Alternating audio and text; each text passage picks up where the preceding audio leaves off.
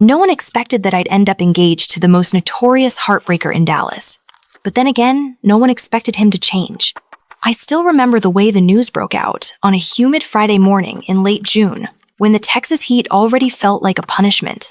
The headline on the local gossip blog read Colt Harrison off the market meet, the small-town girl who tamed him. That girl was me. The comments were brutal. He's just playing her. She'll be gone by fall. This one doesn't even have a trust fund, poor thing. I didn't answer the calls. I didn't check my messages. I just sat in the corner of our little apartment watching the way sunlight filtered through the blinds, striping the carpet like prison bars. My ring, it sparkled on my hand like it belonged to someone else. Maybe it did. Because even as I read those cruel things about me, even as I felt the heat rise in my cheeks and my heart pound in my ears, I kept thinking one thing. What if they were right? What if I was just another chapter in his game? A little side story. In his messy collection of conquests, Colt had sworn I was different. He said he'd changed, but the shadow of who he used to be, of what everyone still believed, he was hovered over every promise he made. And deep down, I hadn't yet told anyone the real reason I said yes to him. Because that story, it didn't start with love. It started with loneliness. And a dare I never should have taken. When I look back now, it all began long before Colt ever sauntered into my life with that devil-may-care smile. My roots were tangled in a small Midwestern city I left behind Greenville, Ohio, where everyone knew everyone else's business and innocence felt fragile. I was 16 when Dad lost his job at the car plant. That winter stretched on forever, cold and bitter. Dad disappeared into his bed before dawn, burying himself in crossword puzzles and cheap whiskey. Mom worked double shifts at the diner, balancing trays and half-hearted smiles until one night she just didn't come home at all. I woke to a voicemail, "Holly, honey, don't be sad. I love you. Please, forgive me." They found her car abandoned on a side road 3 counties over. A note in her purse. No answers. Just a goodbye nobody could understand. At 17, I packed what little I owned into a battered Chevy Malibu and drove west to Los Angeles chasing a promise Dad made before he disappeared that we'd find Mom together. But LA only swallowed me in its bright lies billboards, promising success auditions filled with rejections, and hopeful girls like me turned into background noise. I worked cocktail waitressing, slept on couches, and learned that loneliness didn't come from solitude. It came from being surrounded by strangers who never saw you. My resilience was built on the humiliation of asking for spare change, of leaning against street lamps. After my shift, trying not to cry, at the sight of strangers, holding hands, whispering about their weekends, while I paid rent, advance. I told myself I was auditioning for something real. But the parts never came. The messages never came back. The thank you for your time emails never ended. I was another hopeful face filtered out by tired casting directors. It was during one of those late gray LA mornings staring at my reflection in the gas station mirror after dragging on a cigarette that I met Ethan. He moved in with me as a last resort, and we paid rent by sharing a dingy 1-bedroom near Hollywood Boulevard. He was 3 years older, charming, scruffy, and more hopeful than I was allowed to be. We spun dreams in the night, him as a screenwriter, me as an actress, us as survivors who'd rewrite our stories and make something true out of a city built on illusions. But even that cracked.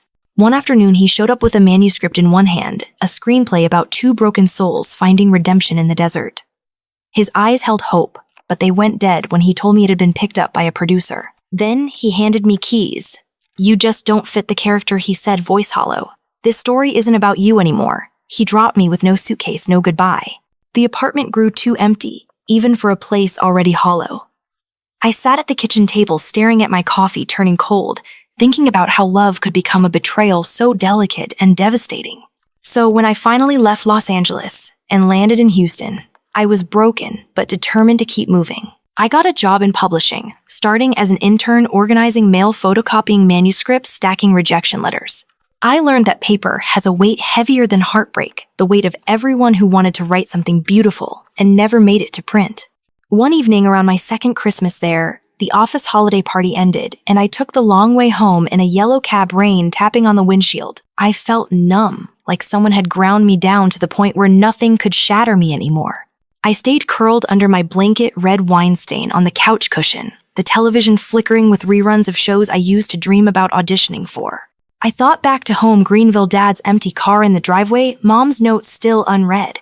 I thought back to LA, to Ethan, turning his back to rejection letters piling up like snowdrifts. But I also remembered that night when I refused to give up, when I looked at myself in that cab mirror and whispered, "You're still here. You're still surviving."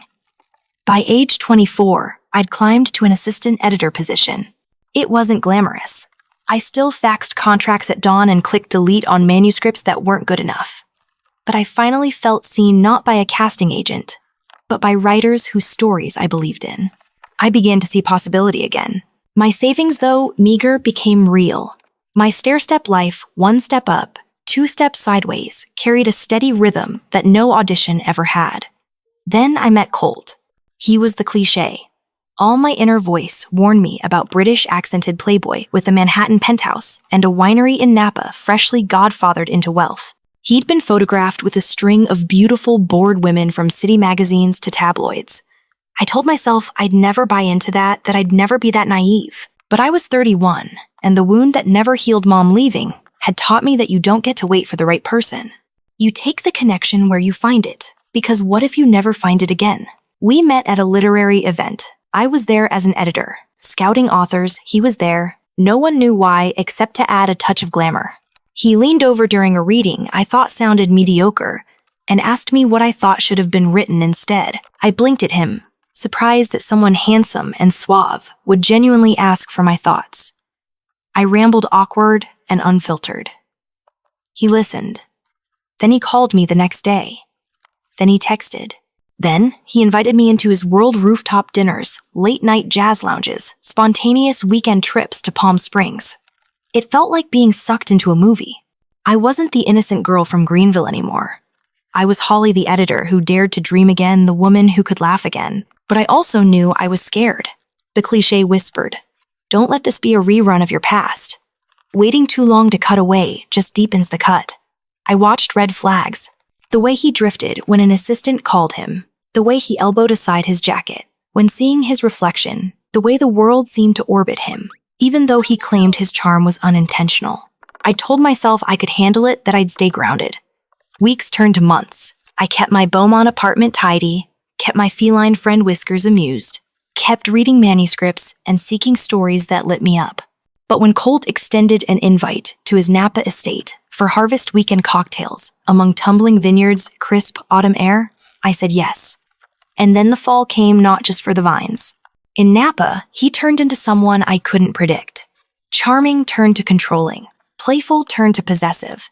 He asked if I'd cut my book club night short. He flinched when I answered my phone late at night. He said with a tight smile, "I just don't like feeling surprised." But he glowed when friends told me I seemed better all the time. I realized somewhere between his penthouse and the vines that the man I thought was changing wasn't changing at all. The old Colt was still there, the one who collected hearts and discarded them like empty wine bottles. I watched in horror as I became the exception I'd only wanted to be. I thought, this is who I am again, his latest chapter. Another temporary thing. Then one night, drunk on his promises, I spilled the story of Mom's disappearance, of Ethan's betrayal of nights in the Malibu bedroom that smelled like stale wine and regret. I never cry, ever, but vapors of grief filled my chest. He heard every sentence, then reached across the marble table, his hand warm on mine. "It's beautiful you survived," all that he murmured. But that night, as I fell asleep in his arms for the first time, I thought he might say it beautiful, but he doesn't see me. He sees his reflection. And the worst part was watching myself fall back into the pattern. My heart clenched when he wrapped a jacket around me in the breeze. I told myself that because he, who seemed to have everything, still cared, I must be worthy. But worth shouldn't come from being the exception to someone's game. The weeks that followed were a blur of vacations, social dinners, disingenuous toasts where I laughed harder than I felt. I thought I was stepping into a fairy tale that finally included me. Instead, I was stepping into a cage of doubt, watching my own strength trickle out like sand. It took months, maybe 6 or 7, before I recognized the hush that settled in me like suffocation. I was ashamed of wanting something I knew was unhealthy, of staying, when I knew it was wrong, of letting my hunger for love rewrite my inner boundaries. So I withdrew. I claimed deadlines at work. I buried myself in manuscripts, constructing small domestic rituals that smelled of coffee and morning sun. I avoided his calls. When he pressed, I offered quiet excuses. I retreated to self-preservation. I realized that failure isn't a single moment. It's every one of the times you say, just one more chance. Every one of the mornings you feel fog every night. You talk yourself into believing that love forgives things. Hope doesn't. I didn't expect the silence to feel worse than the chaos. After months of detachment, I'd slowly pulled myself away from Colt. I still wore the ring, sometimes mostly out of habit. It felt like a souvenir from a place I didn't live in anymore. I told myself I was letting him go without drama, without confrontation. I tried to create a quiet ending. No screaming fights, no shattered glass, just distance. But silence, it turns out, has an echo. And one afternoon, it echoed back in a way I didn't see coming. It was early spring in Beaumont, just before Easter. The air still had a winter bite, and the city was coming back to life with festivals and sidewalk cafes. I'd spent the morning reviewing manuscripts, sipping lukewarm coffee in the corner of my favorite bookstore. When I stepped outside to check my phone, I saw a text that stopped my breath. It was a photo sent by a junior editor I barely knew, accompanied by a single line, "Thought you should see this before it hit socials." In the photo, Colt was in Cabo, shirtless, tanned, smiling on a yacht, and wrapped around his waist wearing my engagement ring was a woman I didn't recognize. Blonde, thin, perfect, probably 24 max. I blinked. For a moment, I didn't feel anything. Just static. The kind you hear in your ears when the world gets too loud and too quiet at the same time. My first reaction wasn't anger. It was embarrassment. I stood there on the sidewalk holding my phone, watching people pass by in sunglasses and light jackets laughing about parking tickets and iced coffee orders. And I thought they know. Everyone knows. Colt hadn't even broken up with me. He'd just moved on. Or maybe he never paused. That night I couldn't sleep. I lay on my back staring at the ceiling, the ring still sitting on my nightstand, glinting like it was mocking me. The memories crashed in like waves his eyes on me during jazz nights. The late-night whispered promises, the first time he told me I was different. All of it played like a montage of lies. I wanted to scream. I wanted to go to his condo and throw the ring in his face. I wanted closure. But mostly, I wanted to feel like me again. For weeks, I spiraled. Not in the dramatic movie scene way.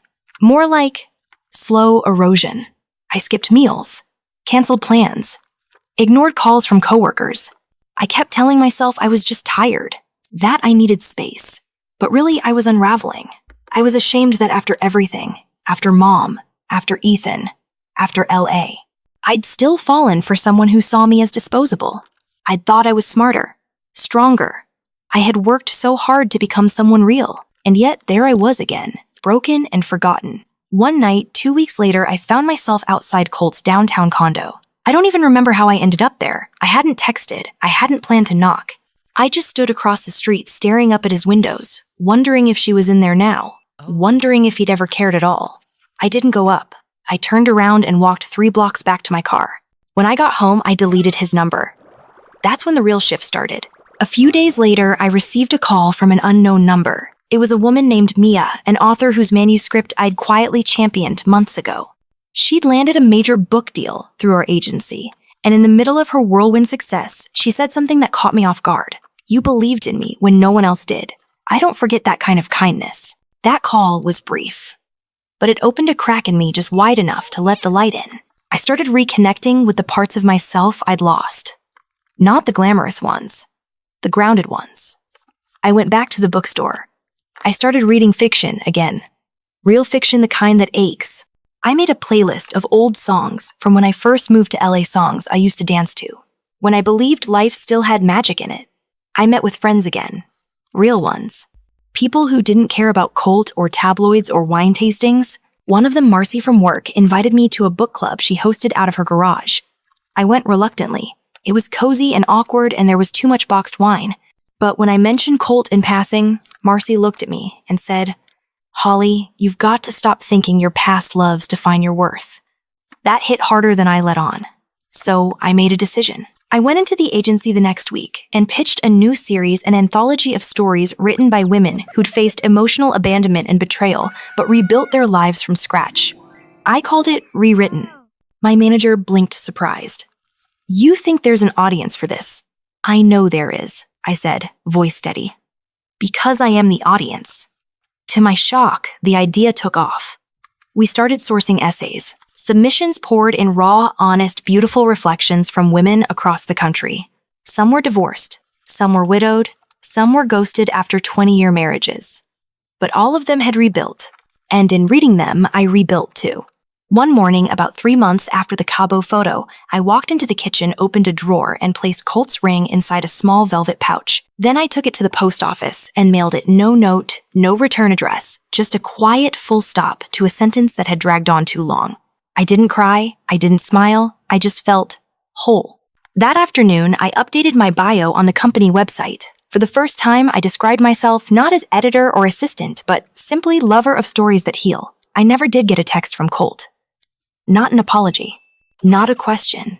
Not even a thank you for sending the ring back. And oddly, that became the proof I needed. He'd never deserved me in the first place. The comeback wasn't dramatic. No paparazzi moment. No viral story. Just peace. Long walks. Gentle mornings. My own name said with pride. And slowly, I began to see that this was the kind of love I'd been looking for all along. Not someone else's. Mine. The funny thing about healing is that it rarely announces itself. It doesn't arrive with fireworks or grand gestures. It sneaks in, quiet, steady, like the way spring sunlight filters through your windows one morning, and you realize you haven't felt cold in weeks. It had been nearly a year since Colt, since the ring, since the photo that shattered the last illusion I clung to. In that time, I hadn't fallen in love again. I hadn't met someone new. I hadn't traveled to some far-off country or reinvented myself with a bold haircut or a tattoo. Instead, I rebuilt quietly, layer by layer with the parts of myself I'd once neglected. I moved to a small rental house just outside of Austin. Nothing fancy, but full of light. The kind of place where mornings felt slow and intentional. I'd adopted another cat to keep Whiskers company. Her name was June, a tiny orange tabby who loved to knock pens off the kitchen counter just to hear them clatter. Rewritten, the anthology I'd pitched was officially in production. The first volume was coming out in the fall, and pre-orders were already stronger than anyone expected. More importantly, the stories inside had become a lifeline for readers, and for me.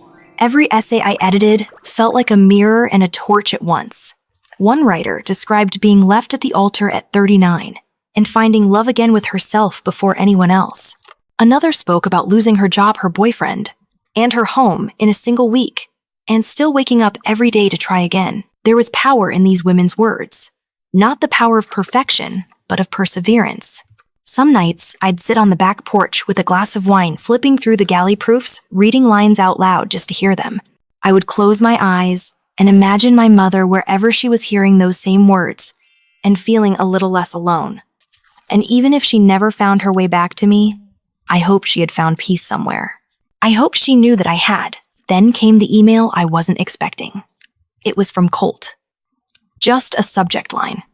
If you'll let me explain.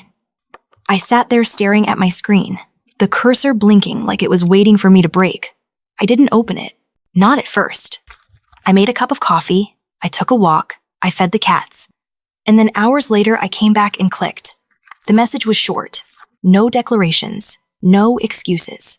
Just I was scared to be loved by someone who actually saw me. So I ran. I let someone else distract me because it was easier than facing myself. You didn't deserve that. I hope you found something real. I'm sorry for not being ready for you. I read it once, then again, and again, and then I deleted it.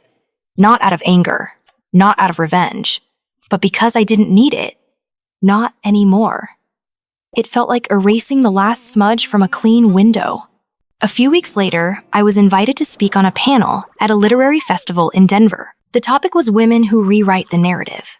I sat between two authors I'd once idolized, now laughing with them backstage like old friends. When it was my turn to speak, I looked out at the crowd. Mostly women all ages, some holding notebooks, some holding each other's hands. I took a breath. I used to think my story was about being broken, I said, abandoned, rejected, unwanted.